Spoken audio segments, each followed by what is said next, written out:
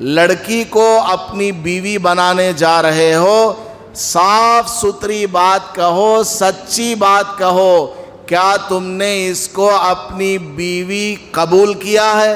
وہ بولتا ہے الحمدللہ میں نے قبول کیا، اور اس کو پتہ بھی نہیں کہ وہ کیا بولنے جا رہا ہے، کس چیز کو اس نے قبول کیا ہے۔ ایسے ایسے نوجوان نکاح کے موقع پر دولہا بن کر کے آتے ہیں، ان کو الحمدللہ بولنا بھی نہیں آتا، سوال کا جواب تک دینا نہیں آتا۔ ان سے پوچھا جائے کیا آپ نے اس نکاح کو قبول کیا، تو اس کا جواب ہمیں کیا دینا ہے وہ بھی ہمیں سکھا کر دینا پڑتا ہے۔ سکھا کر دینے کے باوجود الحمدللہ کا لفظ ان کی زبان سے نہیں نکلتا۔ میں نے قبول کیا یہ تو بول دیتے ہیں، اللہ کا شکر ادا کرنے کے لیے الحمدللہ کہنا ہے تو وہ لفظ صحیح سے بولنا نہیں آتا۔ اور بعض کو ایسا دیکھا گیا جب ان سے نکاح قبول کرایا جاتا ہے تو بولتے ہیں انشاءاللہ میں نے قبول کیا۔ انشاءاللہ کا مطلب کیا؟ آگے چل کر اللہ نے قبول کیا تو میں نے قبول کیا۔ اب اللہ نے اس نکاح کو قبول کیا یا نہیں کیا کیسے معلوم ہوگا؟ کیا جبرائیل علیہ السلام آ کر کے بتائیں گے اے نوشا تمہارے اس نکاح کو اللہ نے قبول کر لیا ہے، تو بھی قبول کر لے؟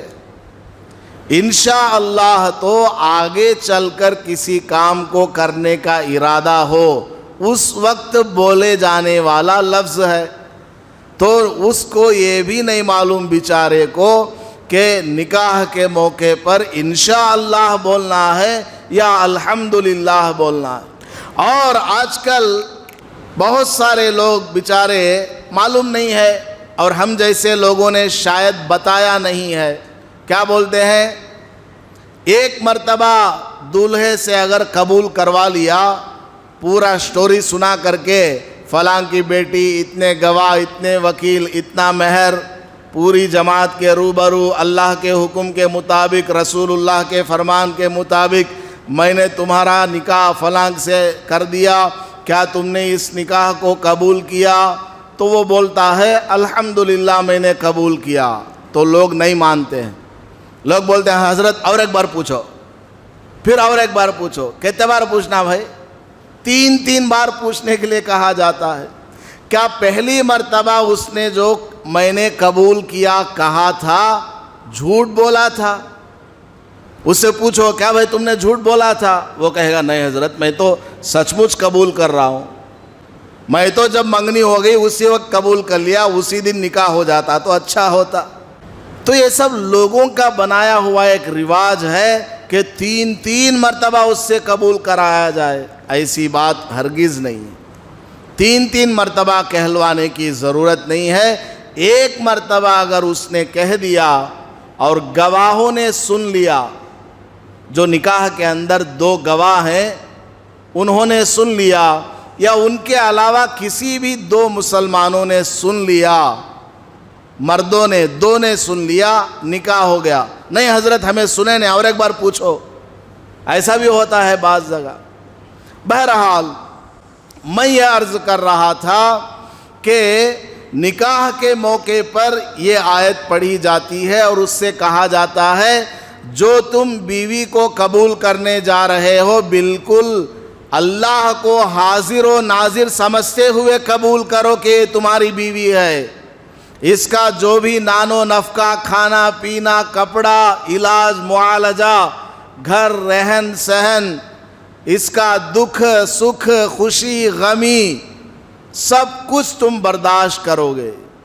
تو سیدھی صاف سچی بات کہنے کو اللہ پاک نے فرمایا، اور سچ بولنے پر کیا فائدہ ہے؟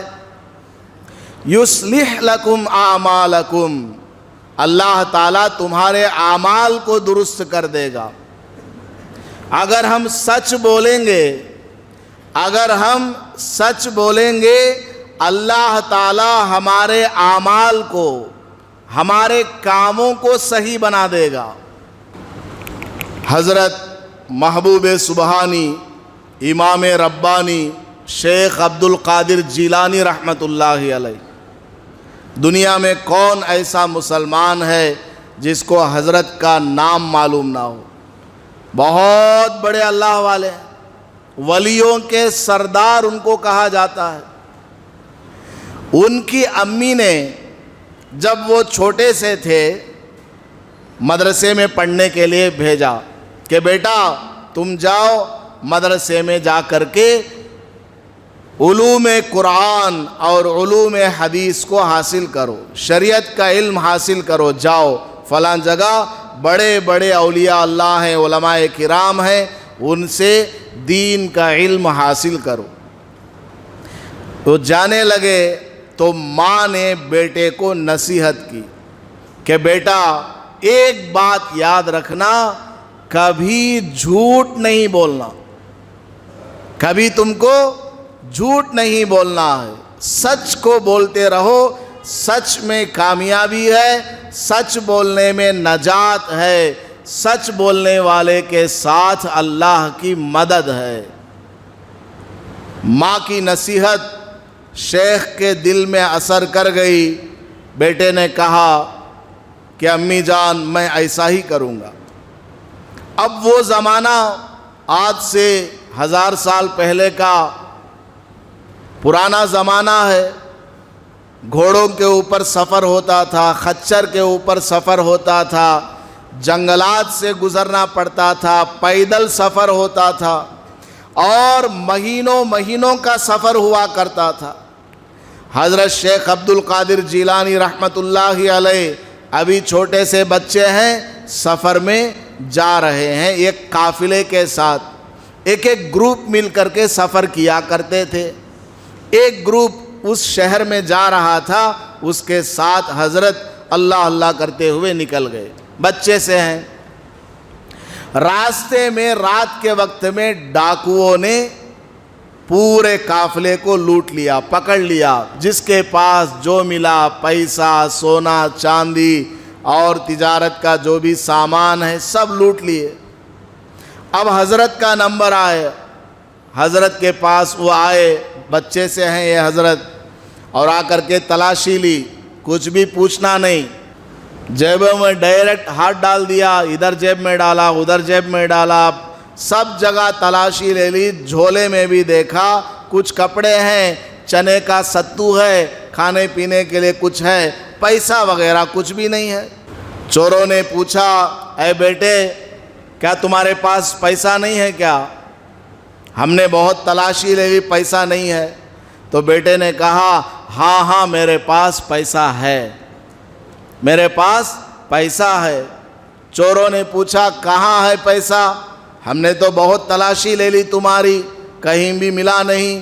تو بیٹے نے کہا، حضرت نے جواب دیا چوروں کو، امی نے یہاں آستین کے نیچے کپڑے میں سی کر کے رکھا، آستین کے نیچے بنیان میں کپڑے میں سی کر کے رکھا ہے۔ بتائیے کون سا یہ فکسڈ ڈپازٹ ہے، چوروں کو بھی نہیں ملا، زبردست لاکر ہے۔ اب چوروں نے وہاں ہاتھ لگا کر کے دیکھا تو کچھ سخت چیز معلوم ہوئی، پھر اس کو کاٹا، نکالا تو پیسے نکل آئے۔ چوروں کو بڑی حیرت ہوئی کہ ہم نے پوری تلاشی لے لی لیکن ان کے جیب سے کچھ نہیں نکلا، اور اس سے جب پوچھا گیا کہ تمہارے پاس پیسہ ہے، جھوٹ بھی یہ بچہ بول سکتا تھا لیکن جھوٹ نہیں بولا، سچ بولا کہ میری امی نے یہاں پر پیسہ چھپا کر کے رکھا ہے۔ یہ بچہ معمولی نہیں ہے، کوئی بڑا لگتا ہے، بڑے خاندان کا لگتا ہے۔ اب چوروں نے کیا کیا، وہ بچے کو اپنے سردار کے پاس لے گئے۔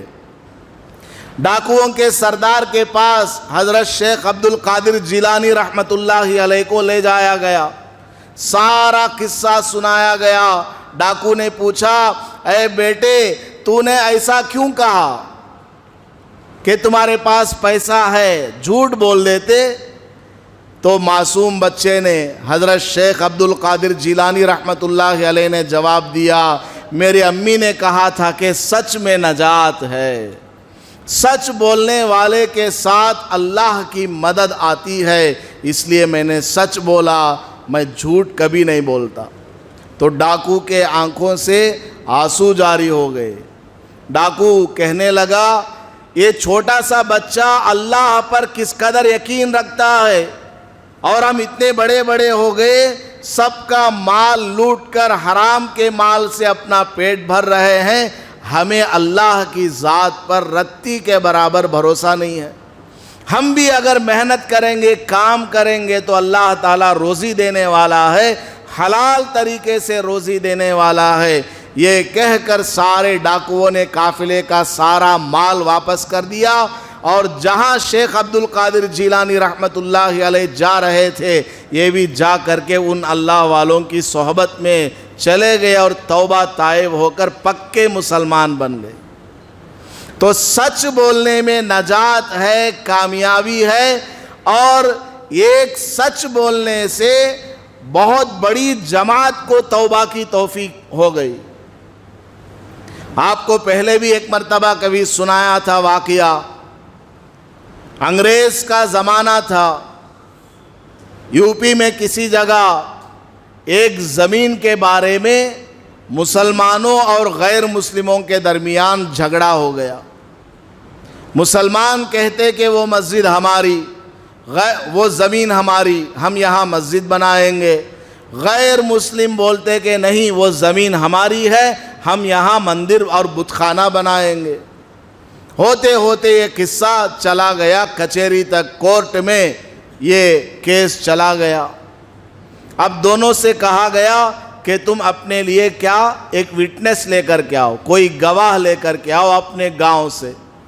اس گاؤں میں ایک بہت بڑے اللہ والے رہتے تھے۔ سارے مسلمان بھاگ کر کے حضرت کے پاس گئے، حضرت وہ جو زمین ہے اس پہ ہم مسجد بنائیں گے، اللہ کا قرآن اس میں پڑھا جائے گا، ذکر اس میں کیا جائے گا، نماز پڑھی جائے گی، لوگوں کے سامنے قرآن پڑھ کر کے، حدیث پڑھ کر کے بیانات ہوں گے، بڑا ثواب ملے گا، آپ کورٹ میں آ کر کے کہہ دیں کہ وہ زمین ہماری ہے۔ حضرت نے فرمایا میں اچھی طرح جانتا ہوں کہ وہ زمین مسلمانوں کی نہیں ہے، غیر مسلموں کی ہے، میں جھوٹ نہیں بول سکتا۔ جب کورٹ میں جج کے سامنے حضرت کو پیش کیا گیا، حضرت نے برملا کھلے عام اعلان کر کے فرمایا کہ جتنے مسلمان ہیں جس زمین کا دعویٰ کر رہے ہیں یہ سب جھوٹے ہیں، یہ زمین مسلمانوں کی نہیں ہے، غیر مسلموں کی۔ اب سارے مسلمان شرمندہ ہو گئے اور دل میں حضرت کو برا بھلا کہنے لگے، یہ کیسے حضرت ہیں، وہاں اگر ہماری زمین کہہ دیتے تو کورٹ میں فیصلہ ہو جاتا، مسجد بن جاتی، 5 ٹائم اذان ہوتی، قرآن پڑھا جاتا، نماز پڑھی جاتی، دین کی باتیں وہاں پر ہوتی۔ ادھر غیر مسلم سب خوش ہو گئے، یہ کیسے اللہ والے ہیں، اگر یہ چاہتے جھوٹ بول سکتے تھے، لیکن انہوں نے کیا کیا، سچ بولا ہے۔ مسجد بن جاتی، قرآن کی تعلیم ہوتی، وہاں پر دین کی باتیں ہوتی، حضرت نے سب کو ایک طرف رکھ دیا، سچ بولا۔ سارے غیر مسلم خوش ہو گئے۔ جج نے جب سنا، جج نے فیصلہ لکھا، ججمنٹ لکھا، ججمنٹ میں لکھ کر کے اس نے ایک عجیب بات لکھی۔ اس میں کیا لکھتا ہے، آج کے اس مقدمے میں مسلمان ہار گئے، اسلام جیت گیا۔ آج کے اس مقدمے میں مسلمان تو ہار گئے لیکن ان کا اسلام جیت گیا، کہ ان کے حضرت کیسے ہیں، بالکل سچ بولتے ہیں، جھوٹ نہیں بولتے ہیں۔ یہ سن کر کے سارے غیر مسلم کہنے لگے کہ ہم اسی کورٹ میں عہد کرتے ہیں کہ ہم سب اس حضرت کے اسلام کو قبول کرتے ہیں، اب وہ مسلمان نہیں، ہم مسلمان بن کر کے اس زمین میں مسجد بنائیں گے۔ تو سارے غیر مسلموں نے اسلام کو قبول کر لیا۔ یہ ہے سچ کی طاقت۔ سچائی کے اندر اللہ نے یہ خوبی رکھی ہوئی ہے کہ اللہ تعالیٰ سچ کی بدولت بڑے بڑے کاموں کو منٹوں میں نمٹا دیتا۔ ایک صحابی کا بلکہ 3 صحابہ کا قصہ اللہ تعالیٰ نے قرآن کریم میں بیان فرمایا۔ کیا قصہ ہے؟ مدینہ منورہ سے جب بھی کبھی ضرورت پڑتی جنگوں میں مسلمانوں کو جانا پڑتا تھا، مسجد میں اعلان ہوتا، مسلمان جتنے بھی جوان ہیں ان سب کو جہاد میں جانا نماز پڑھنے کی طرح فرض تھا، سب کو نکلنا ہے، کوئی ایک بھی پیچھے نہیں رہنا۔ ہاں جو بوڑھے ہیں یا ہاتھ پیر سے آنکھ سے معذور ہیں اور عورتیں ہیں بچے ہیں وہ سب یہیں رہیں گے، باقی سب جوان میدان جنگ میں نکل پڑیں گے۔ جنگ کا اعلان ہوا، غزوہ تبوک کا، سارے مسلمان نکل گئے لیکن بہت سارے پیچھے رہ گئے، 80 پر 3 مسلمان پیچھے رہ گئے۔ ان میں سے ایک صحابی اپنا واقعہ بیان کرتے ہیں، حضرت کعب ابن مالک رضی اللہ تعالیٰ عنہ۔ وہ فرماتے ہیں جب جنگ کا اعلان ہوا تھا میں خوشحال تھا، تندرست تھا، سب کچھ میرے پاس تھا۔ میں نے سوچا کہ یہ قافلہ جو جنگ کے لیے جا رہا ہے جانے دو، میں بعد میں چلا جاؤں گا، میرے پاس تو ہے گھوڑے وغیرہ سب ہیں۔ لیکن کیا ہوا، جا نہیں پائے، اپنے کاموں میں ادھر ادھر بزی ہو کر کے جنگ میں وقت پر پہنچ نہیں پائے، اور ادھر وہ قافلہ جنگ میں بھی چلا گیا، جنگ بھی ختم ہو گئی اور واپس بھی وہ لوگ آنے لگے۔ ان کو بڑا افسوس ہوا کہ میں جنگ میں جہاد میں حاضر نہ ہو سکا، اپنے آپ کو ملامت کرتے رہے۔ اب حضور صلی اللہ علیہ وسلم واپس مدینہ منورہ آ گئے۔ اب انہوں نے دل ہی دل میں سوچا میں حضور کے سامنے کیا جواب دوں گا، حضور نے اگر پوچھ لیا تو میں کیا جواب دوں گا۔ طرح طرح کے خیالات دماغ میں آ رہے تھے کہ بول دو کہ طبیعت خراب تھی، یا کہہ دو گھر میں کوئی اہم مصیبت آ گئی تھی۔ اس طرح جھوٹی باتیں کرنے کو دل کہہ رہا تھا۔ میں نے اپنے گھر والوں سے بھی مشورہ کیا اور ان کی طرف سے بھی ادھر ادھر کی باتیں آئیں۔ بالآخر نبی پاک صلی اللہ علیہ وسلم مسجد نبوی میں تشریف لے آئے تو ان کے دل نے کہا نہیں نہیں، میں حضور کی خدمت میں جاؤں گا، سچ بولوں گا چاہے کچھ بھی ہو جائے، چاہے مجھے کوئی سزا ملے، میں سچ ہی بولوں گا، جھوٹ نہیں بولوں گا۔ یہ ارادہ کر کے وہ حضور کی مجلس میں حاضر ہوئے۔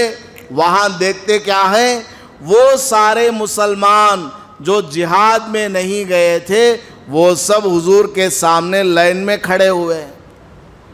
ایک آدمی آتا، آ کر کے بولتا کہ مجھے طبیعت خراب تھی اس لیے نہیں آیا، وہ چلا گیا۔ دوسرا آیا، اس نے کوئی عذر بیان کیا، وہ چلا گیا۔ اس طرح 80 آدمیوں نے اپنا عذر حضور کے سامنے بیان کیا، اور سب کے سب جھوٹے تھے، اصل میں وہ مسلمان نہیں تھے، منافق تھے۔ ظاہر میں وہ لوگ مسلمان بن کر کے مسلمانوں کے ساتھ ملے ہوئے تھے، بس 80 آدمیوں نے جھوٹ بول کر کے اپنی جان بچا لی۔ حضور صلی اللہ علیہ وسلم نے فرمایا جاؤ جاؤ، میں تمہارے لیے اللہ سے معافی مانگتا ہوں، باقی تم سچ بول رہے ہو یا جھوٹ بول رہے ہو وہ اللہ کے حوالے۔ وہ 80 آدمی چلے گئے۔ ان کا نمبر آیا حضرت کعب ابن مالک کا۔ یہ حضور کے سامنے بیٹھ گئے اپنے گھٹنے ٹیک کر کے، عرض کرنے لگے یا رسول اللہ، میرے دل نے کہا کہ میں آپ کے سامنے فلاں جھوٹ بول کر کے اپنی جان بچا لوں، فلاں بات کہہ کر کے میں یہاں سے نکل جاؤں، لیکن میرا دل اب یہ کہتا ہے کہ آپ کے سامنے چاہے جھوٹ بھی بولوں گا پکڑا جاؤں گا، اللہ تعالیٰ آپ کو بتا دے گا کہ میں نے آپ کو جھوٹ بولا ہے، اور میں ہرگز جھوٹ بولنا پسند نہیں کرتا، میں پکا ارادہ کر کے آیا ہوں کہ میں آپ کے سامنے سچ بول دوں۔ چنانچہ میں جب آپ سب جنگ میں جا رہے تھے میرا بھی ارادہ تھا جانے کا، لیکن میں نے سوچا کہ بعد میں آ جاؤں گا، آ نہیں پایا۔ پیچھے رہ گیا، سستی کہہ لیجئے، کاہلی کہہ لیجئے یا کچھ اور، لیکن غلطی میری ہی تھی، یہ انہوں نے کہا۔ تو نبی پاک صلی اللہ علیہ وسلم نے فرمایا کہ تم نے سچ کہا، میں تمہارے لیے بھی اللہ سے توبہ اور استغفار کرتا ہوں، اور جاؤ یہاں سے، بھیج دیا۔ اور 2 صحابہ ملے، ان کا بھی یہی حال تھا، وہ بھی آ کر کے سچ کہہ کر چلے گئے۔ اللہ کے رسول صلی اللہ علیہ وسلم نے باقی تمام صحابہ کو حکم دیا کہ تم لوگ ان 3 آدمیوں سے ہرگز بات نہ کرو۔ ان لوگوں نے جہاد میں حصہ نہیں لیا ہے، جہاد میں ایک ایک آدمی کی ضرورت پڑتی ہے، مسلمانوں کی تعداد کم ہے، ہتھیار بھی کم ہے، سواری بھی کم ہے، توشہ بھی کم ہے، ایک ایک آدمی کی بہت بڑی حیثیت ہوتی ہے میدان جہاد میں۔ یہ 3 آدمی شریک نہیں ہوئے، اللہ کے حکم کی انہوں نے فرما برداری نہیں کی ہے، اللہ کے حکم کو انہوں نے پامال کیا ہے، تم ان سے بات نہ کرو۔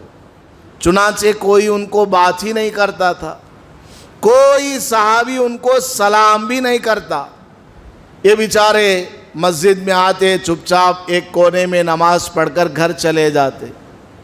حضرت کعب ابن مالک رضی اللہ تعالیٰ عنہ فرماتے ہیں، میں جب اپنی نماز سے فارغ ہو کر مسجد سے باہر نکلتا ہوں، مجھے یاد ہی نہیں رہتا ہے کہ میں کون سی گلی سے گزر رہا ہوں، میں راستوں سے گزرتا ہوں، مجھے سمجھ میں نہیں آتا کہ یہ راستہ میرا پہلے کبھی دیکھا بھی ہے یا نہیں دیکھا ہے۔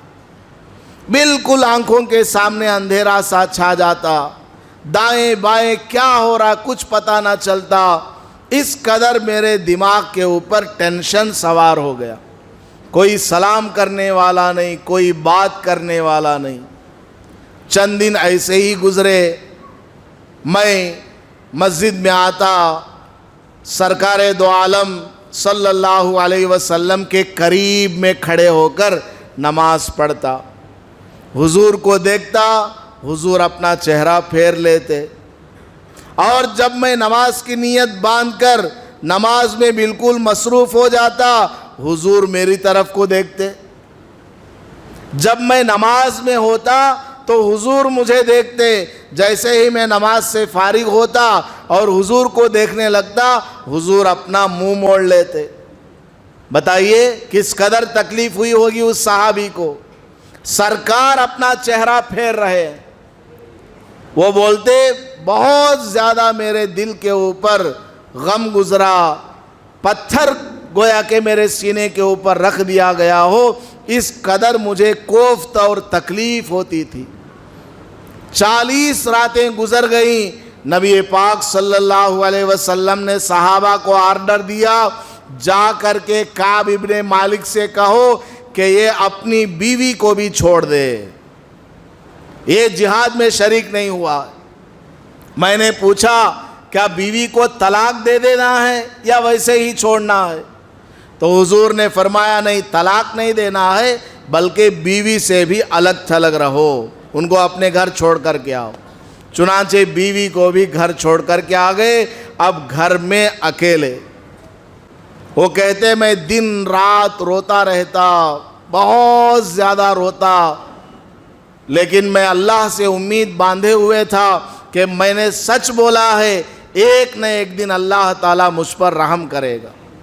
چنانچہ 50 راتیں گزر گئیں، میں ایک دن اپنے گھر کی چھت پر نماز پڑھ رہا تھا، اللہ سے دعائیں مانگ رہا تھا، تو مدینہ منورہ کی ایک پہاڑی سے کوئی فرشتہ یا کوئی آدمی آواز دیتا ہے، یا کعب ابن مالک ابشر، اے کعب ابن مالک خوشخبری سن لو، تمہارے لیے بشارت ہو، تمہارے لیے خوشخبری ہو۔ جیسے ہی وہ آواز میرے کانوں میں آئی، مجھے ایسا لگا اللہ کی طرف سے کوئی آیت نازل ہو گئی، یا اللہ نے حضور سے فرما دیا کہ میری توبہ قبول ہو گئی ہے۔ چنانچہ میں فوراً دوڑتا ہوا مسجد نبوی صلی اللہ علیہ وسلم کی طرف چلا، تو راستے میں کیا دیکھتا ہوں؟ ہزاروں کی تعداد میں صحابہ آ کر کے مجھے سلام کر رہے ہیں۔ وہ صحابہ جو 50 دنوں سے مجھے سلام نہیں کرتے تھے، بات نہیں کرتے تھے، اب راستے میں اس قدر بھیڑ ہے کہ میں آگے بڑھ نہیں پا رہا ہوں۔ سب مجھے سلام کرتے ہیں، مصافحہ کرتے ہیں۔ میں کسی طرح مسجد نبوی میں حاضر ہوا، حضور پاک صلی اللہ علیہ وسلم کی خدمت میں حاضر ہوا۔ آپ نے مجھے دیکھا تو فرمایا، یا کعب، اے کعب ابن مالک، خوشخبری ہو، بشارت ہو تمہارے لیے، آج کا دن جب سے تمہاری ماں نے تم کو جنم دیا ہے، ان تمام دنوں میں سب سے زیادہ خوشی والا ہے تمہارے لیے۔ تمہاری توبہ آج کے دن قبول ہو گئی، جاؤ۔ وہ کہنے لگے، اے اللہ کے رسول، کیا یہ بشارت آپ کی طرف سے ہے یا اللہ کی طرف سے ہے؟ وہ کہنے لگے، یہ بشارت اور خوشخبری اللہ کی طرف سے ہے، اس سچ کی وجہ سے جو کہ تم نے بولا اور 50 دن کی تکلیف کو تم نے برداشت کی ہے۔ تو سچ جو ہے ہمیشہ انسان کے ساتھ وفا کرنے والی چیز ہے۔ جھوٹ کبھی انسان کو فائدہ نہیں پہنچاتی ہے۔ جھوٹ سے آدمی ہمیشہ ذلیل و خوار ہوتا ہے۔ حضرت امام اعظم ابو حنیفہ رحمۃ اللہ علیہ فرماتے ہیں، جھوٹ بولنے سے آدمی کو فوراً شرمندگی ہوتی ہے۔ جھوٹ کا نتیجہ فوراً ظاہر ہوتا ہے۔ کیسے؟ ایک آدمی نے سامنے والے سے جھوٹ کہا، وہ تو چلا گیا سچ سمجھ کر، لیکن اس آدمی کا دل اس سے کہے گا، اے عبداللہ تو نے جھوٹ بولا ہے کہ نہیں؟ دل بولتا ہے کہ نہیں بولتا ہے کہ تو نے جھوٹ بولا ہے، سچ نہیں بولا؟ تو آدمی خود اپنی نظروں سے ہی گر جاتا ہے۔ جھوٹ انسان کو کبھی فائدہ نہیں دیتا ہے۔ اس لیے ہمیں چاہیے کہ ہم ہمیشہ سچ کا ساتھ دیں اور سچ اپنی زبان سے بولیں، چاہے جس کے سامنے بھی بولیں، اپنا ہو، پرایا ہو، کچھ بھی ہو۔ اگر ہمیں پتہ ہے کہ یہ سچ ہے تو ہمیں اس کا ساتھ دینا چاہیے اور اپنی زبان سے سچ بولنا چاہیے، جھوٹ نہیں بولنا چاہیے۔ بعض مرتبہ اللہ تعالیٰ نے، اللہ کے رسول صلی اللہ علیہ وسلم نے جھوٹ بولنے کی اجازت دی ہے۔ جیسے میدان جنگ ہے، جنگ میں آپ لوگ لڑ رہے ہیں، سامنے کافروں کا لشکر ہے، اب ان کو ہرانے کے لیے آپ کوئی بات جھوٹ بول سکتے ہیں، کوئی پلان بنا سکتے ہیں ان کو ہرانے کے لیے کہ ہم تمہیں اٹیک کرنے کے لیے اس راستے سے آنے والے ہیں، یہ بولا لیکن اس راستے سے جا کر کے اٹیک کر دیا۔ وہ میدان جنگ ہے، اس میں جھوٹ بولنے کی اجازت ہے۔ اسی طرح بیوی ناراض ہے، اس کو خوش کرنے کے لیے آپ نے 2-4 باتیں جھوٹ بول دیں، نہیں ایسا ہو گیا تھا، ویسا ہو گیا تھا، اس لیے میں تمہارا فلاں کام نہیں کر سکا، پرسوں کو تمہارا کام کر دوں گا۔ اس طرح بیوی کا دل خوش کرنے کے لیے تھوڑا بہت جھوٹ بولنے کی اجازت ہے، لیکن اس کی حق تلفی نہیں کرنا۔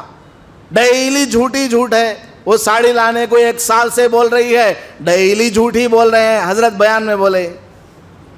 کبھی کبھار چلتا ہے، روٹین نہیں بنا لینا۔ کبھی کبھار آدمی کی حالت ایسی ہو جاتی ہے، ہر سال وہ رمضان میں بیوی کو انگوٹھی یا ساڑی لا کر کے دیتا تھا، اس بار کمائی نہیں ہے، نہیں لا پایا۔ بیوی نے پوچھا کہاں رمضان کا تحفہ، آپ نے اس وقت کچھ بول دیا۔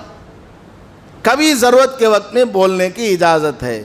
اسی طرح 2 آدمیوں کے درمیان لڑائی ہو گئی، 2 دوستوں کے درمیان لڑائی ہو گئی، اب ان دونوں کو کمپرومائز کرنے کے لیے اس کے سامنے جھوٹ، اس کے سامنے جھوٹ بولنے کی اجازت ہے۔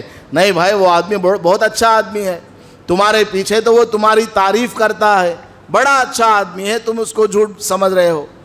اب ادھر آ کر کے اس کے بارے میں جھوٹ بول دیا، وہ بہت اچھا آدمی، نماز پڑھنے والا، معلوم تم نہ تہجد پڑھنے والا انہیں، تمہارے بارے میں بہت اچھے خیالات ہیں اس کے. اس طرح بول کر کے میاں بیوی کے درمیان یا دو دوستوں کے درمیان کمپرومائز کرانے کے لیے کچھ جھوٹ بولنے کی اجازت ہے. تو ضرورت کے موقع پر مجبوری کے وقت میں شریعت کے ضابطے میں رہ کر کے ایک دو جھوٹ بولنے کی اجازت ہے، ورنہ کاروبار کرنے میں جھوٹ، کپڑا جو ہے پھٹا ہوا ہے اور سامنے دکھا رہا ہے نہیں یہ ڈیزائن ہے، پھٹا سنے ڈیزائن بول کر کے بیچ رہا ہے. مال خراب ہے، اوپر اچھے رکھا، اندر چھپا کر کے خراب مال رکھا اور بولتا ہے سب ایسا مال ہے، اچھا مال ہے کہہ کر کے بیچ دیا جھوٹ بول کر کے.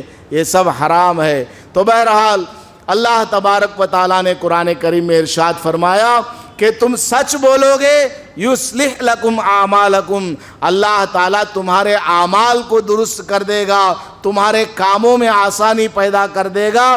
وَيَغْفِرْ لَكُمْ ذُنُوبَكُمْ، اور اللہ تعالیٰ تمہارے گناہوں کو بھی معاف کرے گا. تو ہمیں ہمیشہ اپنی زبان سے سچ بولنے کی عادت ڈالنی چاہیے. بچوں سے بھی سچ بلوانا چاہیے، بچوں کو بھی سچ سکھانا چاہیے کہ بیٹا سچ بولو، جھوٹ ہرگز نہ بولو. اللہ پاک ہمیں عمل کرنے کی توفیق عطا فرمائے. آمین. وآخر دعوانا الحمدللہ رب العالمین. ویڈیو کے نیچے سبسکرائب کے بٹن پہ کلک کریں، بیل کے آئیکن پہ کلک کیجئے تاکہ ہر نئی ویڈیو کی نوٹیفیکیشن آپ کو مل جائے.